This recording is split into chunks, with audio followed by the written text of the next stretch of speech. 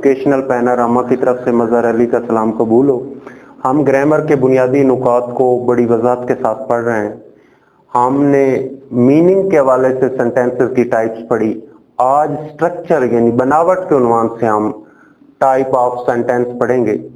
तो याद रहे कि सेंटेंस के लिए बुनियादी कंडीशन है सब्जेक्ट और प्रेडिकेट।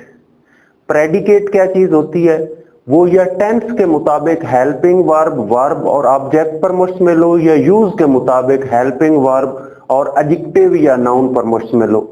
तो आज हम स्ट्रक्चर के उन्वान से पढ़ेंगे टाइप्स ऑफ सेंटेंसेस। तो पहली किस्म है सिंपल सेंटेंस। सिंपल सेंटेंस वो होता है जो सिर्फ एक सब्जेक्ट और प्रेडिकेट पर मुश्तमिल सिर्फ एक फिक्र हो। जैसे शी राइट्स एन एसे, इसको हम सिंपल सेंटेंस कहा जाए। अच्छा, याद रहे हम ये पहले ही डिस्कस कर चुके हैं कि जब किसी बड़ी स्ट्रक्चर का सब्जेक्ट और प्रेडिकेट पर मुश्तमिल एक सेंटेंस हिस्सा हो तो उसको सेंटेंस नहीं, उसको क्लॉज कहा जाता है। अच्छा, क्लॉजेस के आपस में जुड़ने की वजह से इसकी दो टाइप्स हैं, कंपाउंड और कम्प्लेक्स। याद रहे कि कंपाउंड भी कंबाइन से निकला है, कम्प्लेक्स भी कंबाइन से निकला है। कंपाउंड जब होगा तो उसका जुड़ना सिंपल होगा, कम्प्लेक्स जब होगा तो उस चीज का जुड़ना पेचीदा होगा। तो पहले हम पढ़ते हैं कंपाउंड सेंटेंस। मसलन एक फिक्रा है, he tried hard but failed. अच्छा, ये दोनों क्लॉजेस जो हैं, अब इसको सेंटेंस नहीं क्योंकि बड़ी स्ट्रक्चर का हिस्सा है, he tried hard but failed in his attempt, ये दो क्लॉजेस हैं। अच्छा, इन दो क्लॉजेस को हम अलग-अलग बोले, ही ट्राइड हार्ड, उसने मेहनत की। हमें आगे कोई बात पूछने के हमारे अंदर तजस्सुस पैदा नहीं हो। फेल्ड इन हिज अटेम्प्ट, अपनी कोशिश में वो नाकाम हो। ये दोनों क्लॉजेस जो हैं वो मीनिंग के लिए एक दूसरे पर डिपेंड नहीं कर रहे। अगर बहुत ज्यादा तजस्सुस ना हो तो ये एक दूसरे का अपना मीनिंग एक आजाद इंडिपेंडेंट क्लॉज के तौर पर पेश कर रही हैं। याद रहे कि अगर सेंटर में कोऑर्डिनेटिंग क्लॉज मौजूद हो, कोऑर्डिनेटिंग क्लॉज होती है कि दो क्लॉजेस को जोड़े तो सही लेकिन एक दूसरे के मीनिंग के उन्वान से एक दूसरे पर डिपेंड ना कर रही हो, तो इसको कहा जाता है compound sentence. He tried hard एक अलग इंडिपेंडेंट क्लॉज है और फेल्ड इन हिज अटेम्प्ट ये एक अलग इंडिपेंडेंट क्लॉज है। जब दोनों क्लॉजेस इंडिपेंडेंट हों तो इनको कहा जाता है कोऑर्डिनेटिंग क्लॉजेस।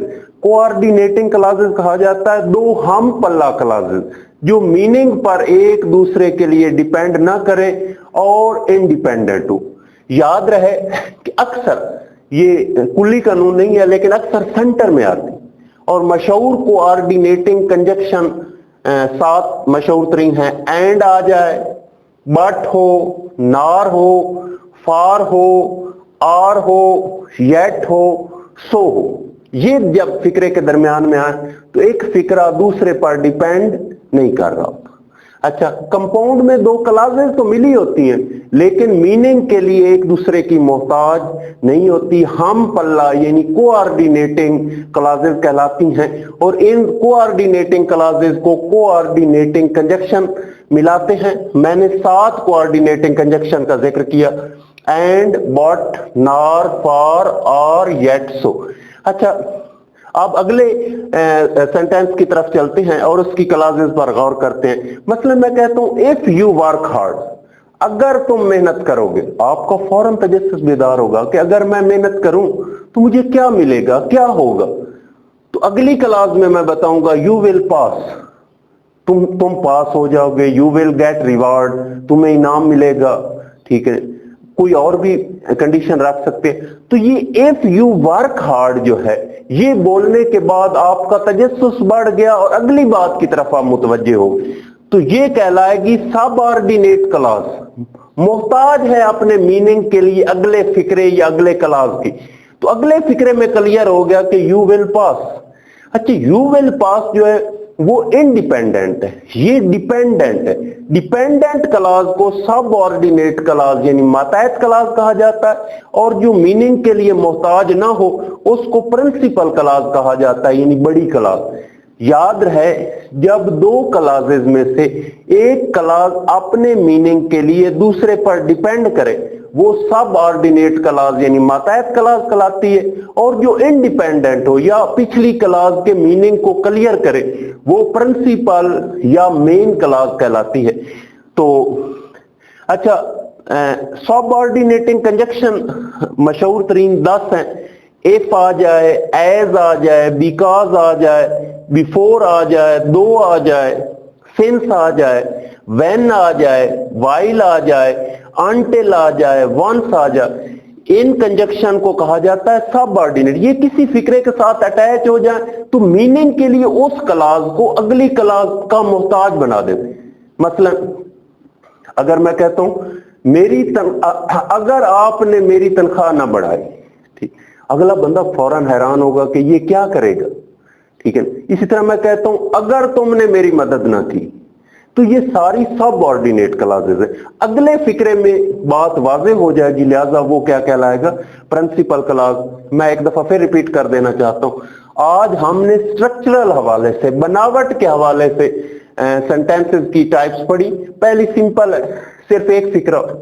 दूसरी है कि क्लासेस दो हों लेकिन वो मीनिंग के लिए एक दूसरे की मोहताज ना हो। इसकी कंजक्शन जो होती है उसको कोऑर्डिनेटिंग, हम पल्ला क्लासेस को मिलाने वाली कंजक्शन कहा जाता है, वो सेंटर में होती, और ये फिक्रे एक दूसरे के मोहताज नहीं होते, लिहाजा इनको कोऑर्डिनेटिंग क्लासेस कहा जाता है। और अगर शुरू में अक्सर जो कंजक्शन आती हैं वो उसको मोहताज बना देती हैं, जैसे इफ की वजह से ये फिक्रा मीनिंग के लिए उसका मोहताज है।